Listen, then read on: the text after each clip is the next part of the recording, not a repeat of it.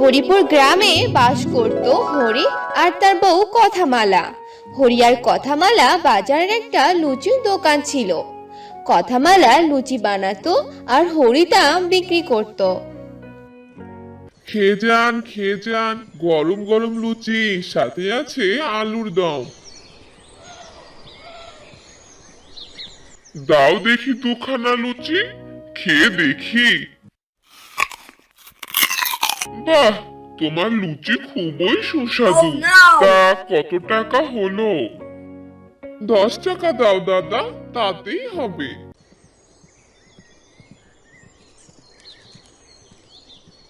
বাহ বাহ বাহ, খুব ভালোই তো আছিস দেখছি। তা আমার ধারের টাকাটা কে পরিশোধ করবে শুনি? মোড়ল মশাই দে। তা আসেন আসেন, বসেন। আজ আমি বসতে আসিনি, আজ হয় তুই আমার টাকা পরিশোধ করবি, না হয় এই দোকান আজ থেকে আমার। এমন অবিচার করবেন না আমাদের সাথে।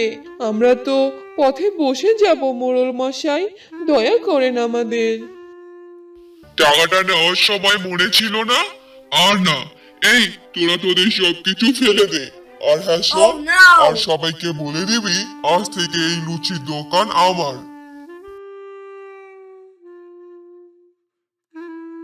হায় হায়, এটা আমাদের কি সর্বনাশ হলো গো! আমরা এখন কি করব?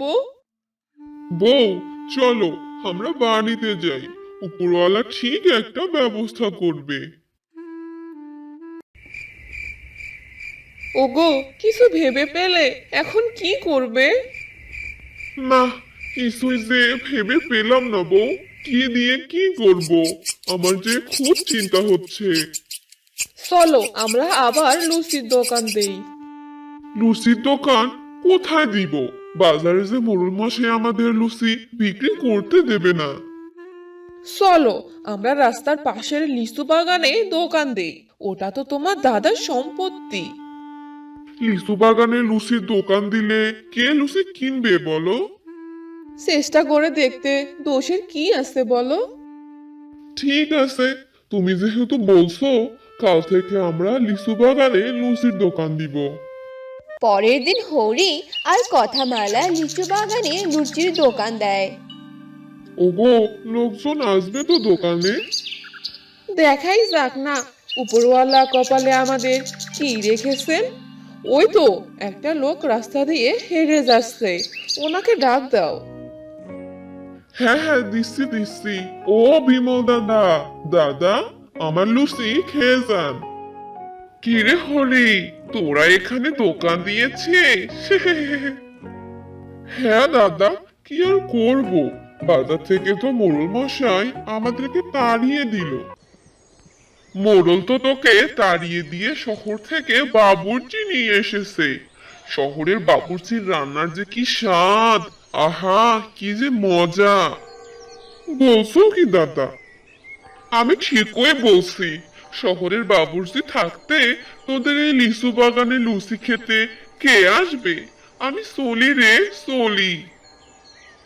ওগো শুনলে, বিমল দাদা কি বলে গেল? শহরের বাবুর্চির লুচি রেখে আমাদের লুচি কে খাবে? ধৈর্য হারিও না গো, ধৈর্যশীল মানুষকে উপরওয়ালা অনেক ভালোবাসে। সারাদিন হরি আর কথামালা অপেক্ষা করার পরও কোনো লোক দেখতে পায় না তাদের দোকানে। এদিকে মোড়লের দোকানে শহরের বাবুর্চির হাতের লুচি খাওয়ার জন্য লোকজন ভিড় জমায়। আমাকে আগে দিন। না, আমাকে দেন, আমাকে দেন। আরে হ্যাঁ হ্যাঁ, সবাইকে দিব, একটু অপেক্ষা করুন। এমন সময় সেখানে একটা বৃদ্ধ লোক আসে। আমাকে কিছু খেতে দে বাবা। তা আপনার কাছে টাকা আছে? আমার কাছে তো কোনো টাকা নেই বাবা। ফ্রিতে এখানে লুচি দেওয়া হয় না, দূর হন, দূর হন এখান থেকে। বৃদ্ধ সেখান থেকে চলে যায়। এদিকে হরি আর কথামালা বসে চিন্তা করতে থাকে। সারা দিন চলে গেল, একটা লুচিও বিক্রি হলো না। সন্ধ্যার সময় ওই বৃদ্ধ লোক হরির দোকানে আসে। আমাকে দুটো লুচি দিবে গো বাবা। হ্যাঁ হ্যাঁ, কেন দিব না, বসেন বসেন।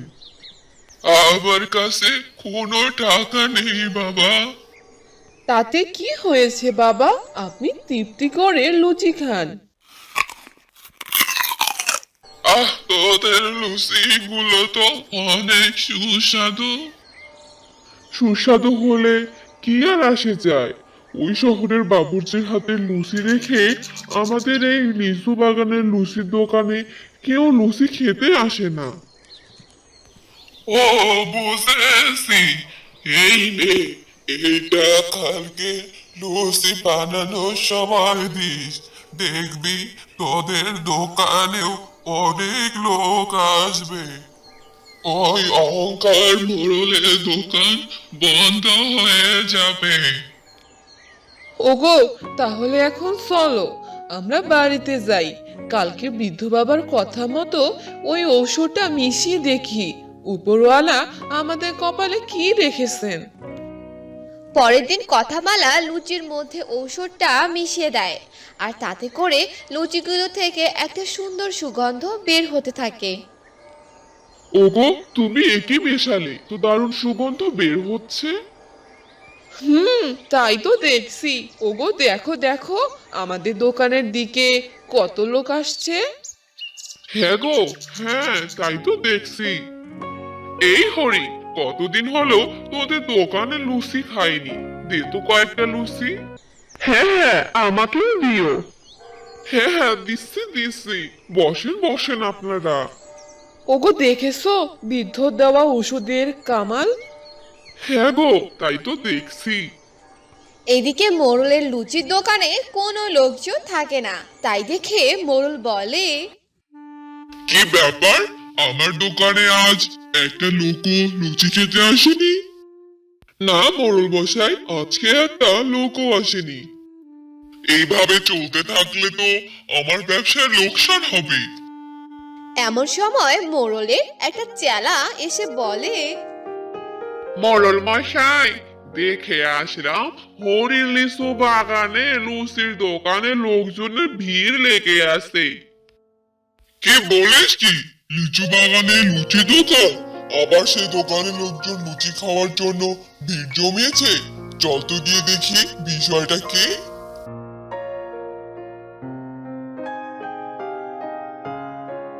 একি, তোরা সকলে আমার লুচির দোকান রেখে এই দোকানে লুচি খাচ্ছিস কেন?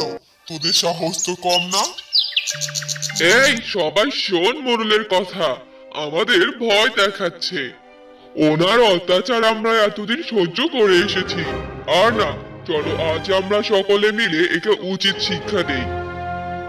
মোড়ল মশাই, গ্রামের সকলে তো আপনার উপরে ক্ষেপে আসে। বাঁচতে চাইলে পালান, না হলে প্রাণ নিয়ে ফিরে যেতে পারবেন না। অমলের কথা শুনে মোড়ল অনেক ভয় পেয়ে যায় আর সেখান থেকে দৌড়ে পালিয়ে যায়।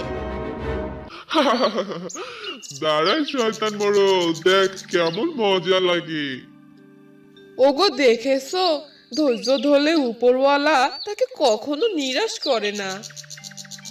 হ্যাঁ গো, উপরওয়ালা হয়তো ওই বৃদ্ধের মাধ্যমে তার সাহায্যের হাত বাড়িয়ে দিয়েছে আমাদের দিকে। চলো চলো, আরো লুচি বানাতে হবে তো, লুচি তো শেষ হয়ে গেল। এই বলে হরি আর কথামালা আবার লুচি বানানো শুরু করলো, আর লুচি বিক্রি করে সুখে শান্তিতে বসবাস করতে শুরু করে।